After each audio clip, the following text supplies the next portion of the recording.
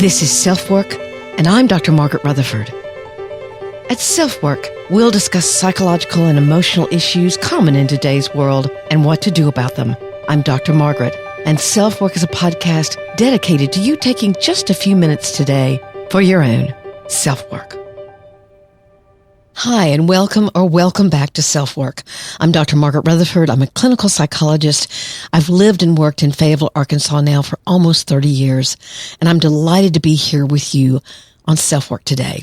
I started this podcast now 5 years ago with the intent to extend the walls of my practice to those of you who might already be seeing someone in therapy, or you're just interested in psychological issues, to those of you who are looking for answers because you may have been diagnosed with something, or you have a family member that you're concerned about, or to those of you who might tell your friends or the people you work with, oh, I think that therapy stuff is a bunch of junk.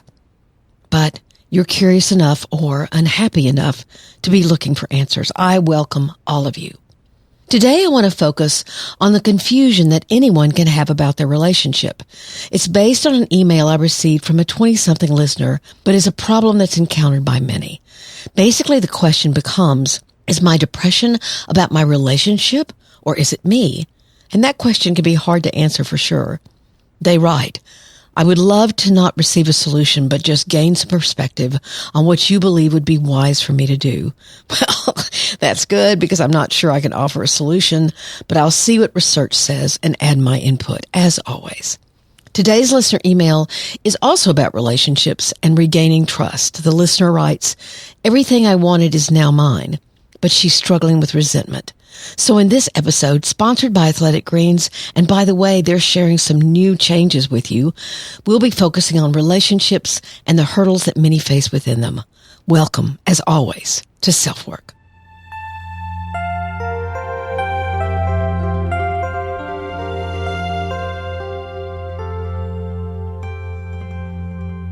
Today, we're focusing on a couple of listener emails that brought up pretty common hurdles in relationships. The first is about when you're expressing depressive symptoms, or at least some of them. Is your marriage causing the problem, or should you focus on yourself? I'm going to quote their email. In fact, this is all of it. I hope I'll find you well. I'm writing to you because I'm undergoing a very difficult time in my life. I'm now 24, and I feel like I'm always experiencing a recurring negative pattern. However, this time it has shaken me. I've been feeling this sense of self-doubt, fear, constant worrying, and lack of purpose in life for a few months. I find myself in moments where I start crying and I feel a deep void of sadness inside of me. Additionally, I've been experiencing a lot of relationship issues with my 5-year-old long partner. I become easily irritated by things that I previously had more tolerance for, such as him goofing around to the music, making sexual jokes. An area in our relationship that has been affected is our sexual intimacy. For some reason, I lost the desire to engage in sex and feel almost repulsed by the idea of it. Since it has been a repeating pattern, my partner starts questioning whether I find him sexually attractive and whether I still even love him. I understand his concern. However, this adds even more pressure on me and leads me to worrying more. Throughout my relationship, sexual intimacy has been a recurrent problem that has never been fully solved. Previously, I've realized that whenever we fight or have a disagreement, our sexual intimacy is greatly affected by it. I've never been the kind of person to be highly interested in sex, since I value emotional connections as more important. However, I understand that my desire to have sex has been diminishing recently. I believe it has a lot to do with my unstable mental health and my lack of satisfaction with my own self. My partner and I have agreed that I should seek professional help. I'm trying to see a psychologist to help me overcome what I'm currently feeling. However, sometimes I get concerned and deeply think maybe I should just focus on myself and become the best version of me. I love my partner, but sometimes I feel I have a lot of weight on my shoulders regarding the expectations I am not meeting. I just don't want this pattern to continue to occur. However, I'm scared that if I let go, I will regret it later and lose someone I love. There's a lot of information in that email. You know, I'm always honored when someone writes in for my input. So let's take what she writes apart a little bit. The timeline is important, as are the obvious changes in her behavior and feelings. First, you should know that many diagnosed mental illnesses like depression, anxiety, schizophrenia, bipolar disorder emerge between the ages of 18 to 25 or 26, maybe 28. It's in that decade. It's not that there weren't signs of these problems prior to those years, like as teenagers. But again, with traditional diagnoses, these illnesses are diagnosed when a person becomes a legal adult. And they do tend to emerge at this time most intensely. The symptoms she identifies, self-doubt, fear, constant worrying, and lack of purpose, crying, and empty sadness, seems to me to be a mixture of anxious and depressive symptoms. So certainly, she might benefit from someone seeing her and recognizing with her that these symptoms have appeared. But if you've listened to SelfWork for a while, then you know that I'm always interested in the context of how these symptoms began. Maybe there's truly something wrong. Maybe these struggles are normal given how they were created when they emerged. Is there a rational backdrop for their presence? What could have happened to her before that perhaps she's kept to herself or is something that she's discounted or denied as being important? And as she's trying to have an intimate relationship, then something from her past is getting in the way of that intimacy being sustainable. It would be something, as her therapist, I would carefully look into. So basically, I would say yes. First, look at your own life history and try to fit the puzzle pieces together of why these issues might be coming up now. Maybe your anger is justified instead of a problem. But you would also need to look at the relationship. Certainly, her revelation that she's not an overly sexual person isn't diagnosable unless it's a remnant of past sexual trauma. But again, there are many people whose sexual drive is low, and many people, especially women, stress that for them to be aroused, they need to feel emotionally connected. That's not new news. And conflict gets in the way of that. Here's another point. Dr. Pat Love reminds us in her book, Hot Monogamy, that when we meet someone initially, whomever is lower on the sexual drive spectrum automatically seems to have more drive. It's a biological thing. And the one whose sexual drive is higher decreases. It's what is biologically called for, if you think about it, for the species to continue, right? We got to have sex to have more people and thrive. After a while, however, things cool off and it's more than normal for both people to revert to their former drive status. And that's when things can get complicated. You can look back and say, gosh, why was everything great in the first or second year of being together, especially the first, and now over time, things have changed. Okay, I'm going to add one more thing to confuse things a little more. I'll offer you an observation that I've had over the years, and it has to do with the infamous 7-year itch. There seems to be a time, and it's debated a bit what that time is, when a couple goes through a reassessment of their commitment. Here's what recent research has to say. This was from 2014. Recent research suggests that divorce rates rise after marriage and then peak at about 5 years. Rates of divorce then steadily decline as years together increase. This rising and falling pattern is reminiscent of the 7-year itch argument, but occurs slightly earlier, perhaps 5 or 4, than the phrase suggests. The fancy word for it is time-based relationship vulnerability. How psychology-y does that sound? It seems that a 7-year itch might be better named the 4-year itch or the 5-year itch. But when you think about it, when does the 7 years begin? Is it when a couple begins dating, when they get married? The minimal research into this specific topic seems to assume a point of marriage, yet couples often live together, they co-parent outside of wedlock, or never marry and are just committed to one another. So when does that 7 years start? Now, I have a personal theory about why that itch develops, which I'll share with you after we hear this new and exciting news from Athletic Greens, now called AG1.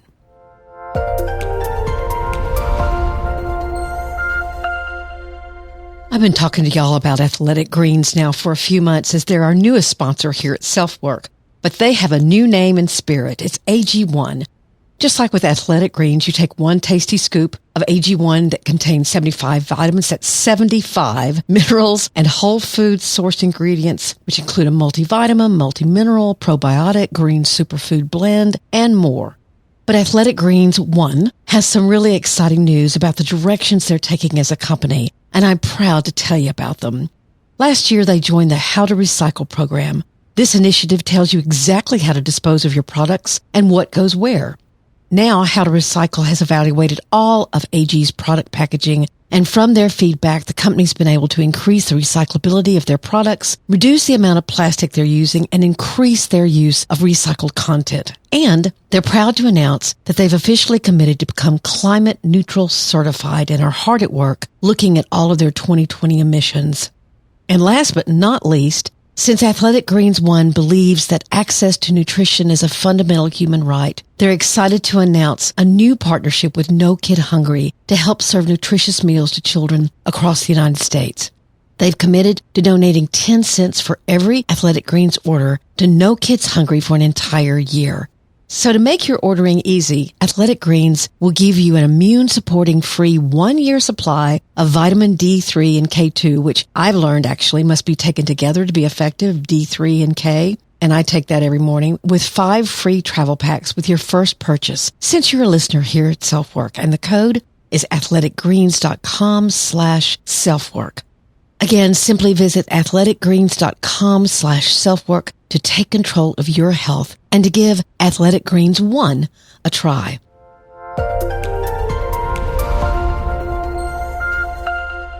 So whether you call it a 7 or 4 or 5 year itch, this is my personal theory, and I remember it happening in my own marriage, the one that lasted past 2 years. Now we're at 31. There comes a time, and it may be for the listener, that habits or tendencies or character traits that you thought were funny or cute, or perhaps you thought you could change, just are no longer funny or cute. And you can see that your partner isn't really going to change after all. And in some ways, at that point, I think you have to do a reassessment and think, okay, what are the pluses of this person I'm with? What are the problems? And do the pluses override the problems? And in good, healthy marriages and commitments, they do. And you can try to work on your own anger or irritation. And remember, you're probably irritating as well, right? But also, if you began having children, then those very habits of your partner take on a whole new meaning and become a deeper concern. Say, for example, your partner eats a lot of junk food or sweets. That was fine when you met and even committed to one another. But when you have children, these habits can easily become arguing points because your concern is what the kids will learn from that partner. And that concern is exponentially greater than when it was just the two of you. Now, if these habits are more serious, like alcohol or substance use, irresponsibility or blaming, spending too much money, your fear about how those problems are going to affect your kids can be pretty intense. Now, I've had certain instances where a client will see the negative impact they're having on a child themselves. In fact, I had a man who had obsessive compulsive personality disorder, meaning his life was very rigid and he would get very angry if you didn't do things the way he did them, and he was highly perfectionistic. And his parents were visiting one day, and they were all out on the deck, and his father got up from his chair, and the chair scraped the deck a little bit. And he heard I can't remember how old his daughter was, I want to say 4, and he heard his daughter say, "Oh, Granddaddy, don't do that. That's going to scar the floor." And he heard himself in his daughter. And he came in to see me. So again, a little deeper dynamic. At that point, 4, 5, 6, 7 years, I think you have to re-choose your partner. The question that I've suggested that my clients ask themselves, knowing what I know now, would I still commit to or marry my partner? If the answer is yes, what you'll likely realize is that your partner's strengths have their inherent weaknesses. For example, my husband was attracted to me because I'm a more emotional person and I'm very spontaneous. But when he started living with me on a daily basis, if I became angry, not even with him, he was very uncomfortable with my venting, me being spontaneous, probably afraid that I'd act on it, which I rarely did. Anger wasn't allowed in his biological family, at least from the kids. So we had to work that out. The opposite side of that coin was what I loved about him was his stability. He was rock solid, and I was highly attracted to that. But about 5 years into our marriage, I finally was going, do you ever make a quick decision? I had to work through my own feelings and not expecting to change because I wanted him to be a little quicker on the draw. I had to remember why I'd married him, and he was actually still just being him. That doesn't mean that you can't talk to your partner in the here and now about how those character traits or habits or whatever are affecting you now. You can. But at the same time, you want to try to honor the fact that you did choose your partner and they came along with a certain set of traits, a certain set of attitudes, etc. As long as you both understand that relationships are dynamic, and just because something was okay 5 years ago doesn't mean it's okay now, is something to talk about. So you want to honor both your own perceptions and your unhappiness, but you also have to understand that your partner has theirs, and it's just as real as yours. Okay, now back to the email. There's one more hint in her email. She feels guilty for not meeting expectations, and I assume those are sexual expectations. And she states fear if she lets go. That causes me to wonder how empathic her partner is or might not be. If they are blaming her or not being compassionate, it's unclear, but it got my attention. A good sexual relationship can certainly be a gift. I've worked with many who have great sex but not great communication, and vice versa. And of course, you can have asexuality in couples, which is another viable option if those two people have that in common. So what might I suggest she do? I would always advise that someone begin individual work first, so that if they eventually make a decision to end the relationship, they will know that they looked at how their own struggles or history is manifesting in the problems in the relationship. Your quote-unquote baggage, as a lot of people call it. But I also at times will say, I think we need to ask your partner to join us. Why? Because I want to hear and understand both perspectives, and I want to see if the couple honors their differences, or is there contempt or blaming going on. That's not to say that marital discord or dissatisfaction can't lead to depression or hopelessness or despair. What started out with so many dreams, what you've sacrificed for and tried hard to make a success, now has turned into arguments and affairs and loneliness. So of course, that can lead to depression. There are also so many things that can change with enough work. I remember a couple well that I had very little to no hope for. Her patterns of anger were well entrenched, as was his resentful withdrawal. But she almost immediately began reading about anger, apologizing sincerely to him and her children, and working through her own past issues that led to her anger and rigidity. And he, who'd always been the easy kind of guy, didn't realize that he'd become invisible and badly needed to find his voice. He'd withdrawn out of resentment, but he took responsibility for that withdrawal. As they worked together, it was incredible what I saw happening.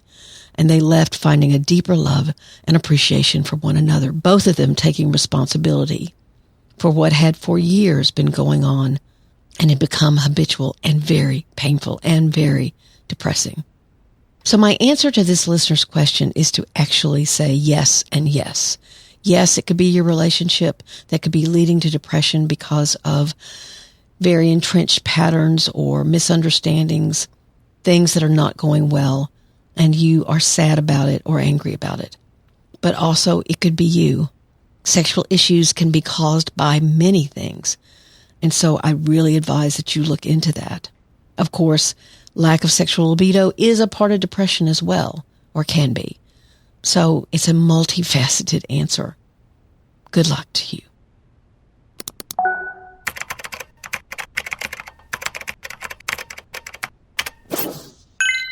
The listener email is also about a relationship.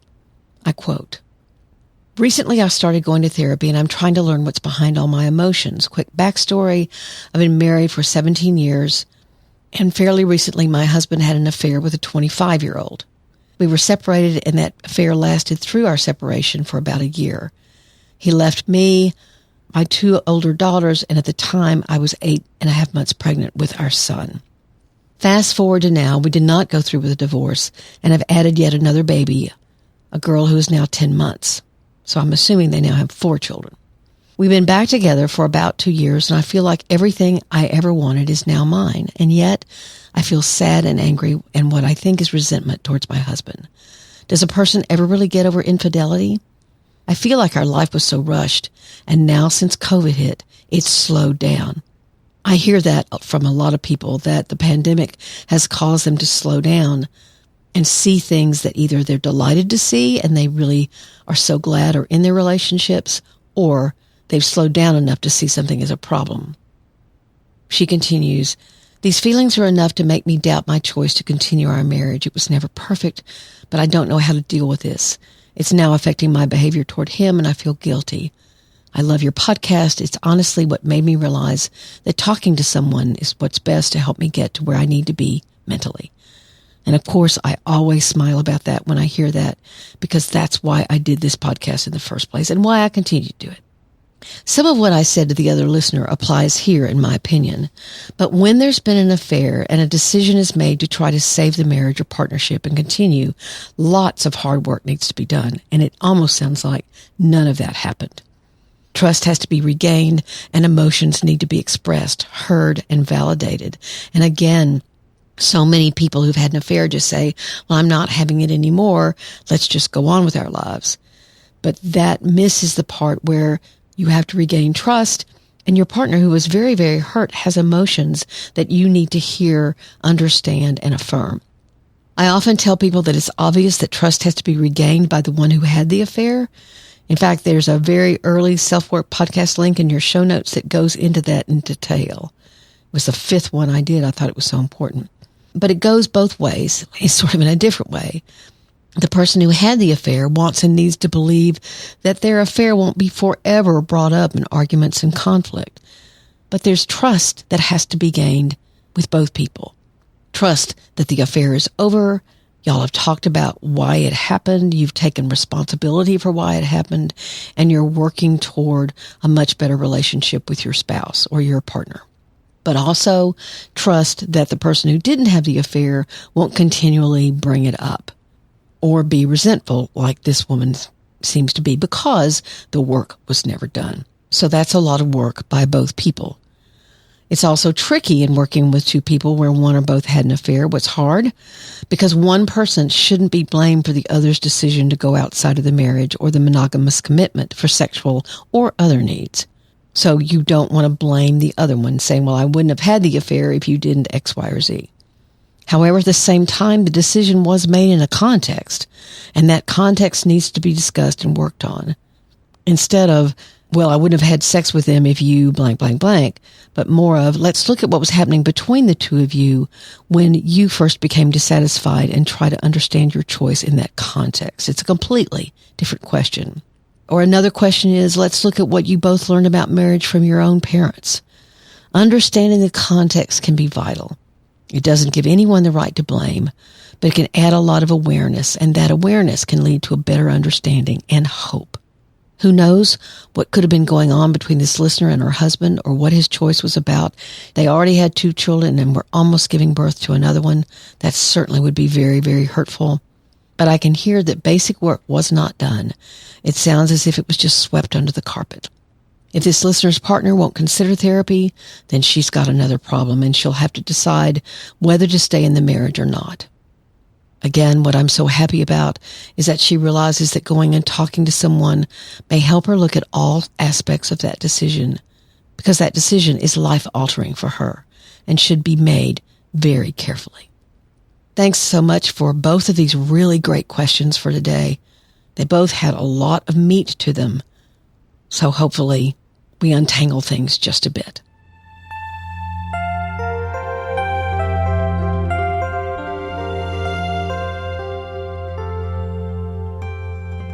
Thank you so much for being here at SelfWork. It means so much to me to see your written reviews on Apple Podcasts or wherever you listen. So please leave me those, or just leave a rating. That's really great too. But the written reviews tell me who you are, what you like, what you don't like, what you'd like more of, and they help me so much. And of course, I smile a little when I see them. My book, Perfectly Hidden Depression, came out in November of 2019, and it's holding its own because I think the message is so important, that the life you have to have immense control over can be a very painful life. And I offer over 60 exercises in the book to help you begin to, again, I'll use the word I used a few minutes ago, disentangle or untangle all the aspects of why you are the way you are and what can lead to more self-acceptance and compassion. That's available in ebook, paperback, and Audible. Please come over and join me in my Facebook group, which is a closed group at facebook.com/groups/selfwork. I more than appreciate all of you being here and letting me know. Oh, and you can email me at askdrmargaret@drmargaretrutherford.com. My website is drmargaretrutherford.com, and you can subscribe there and get a weekly newsletter with everything that's going on. Again, thanks for your presence. Please be very careful out there. I'm Dr. Margaret, and this has been SelfWork.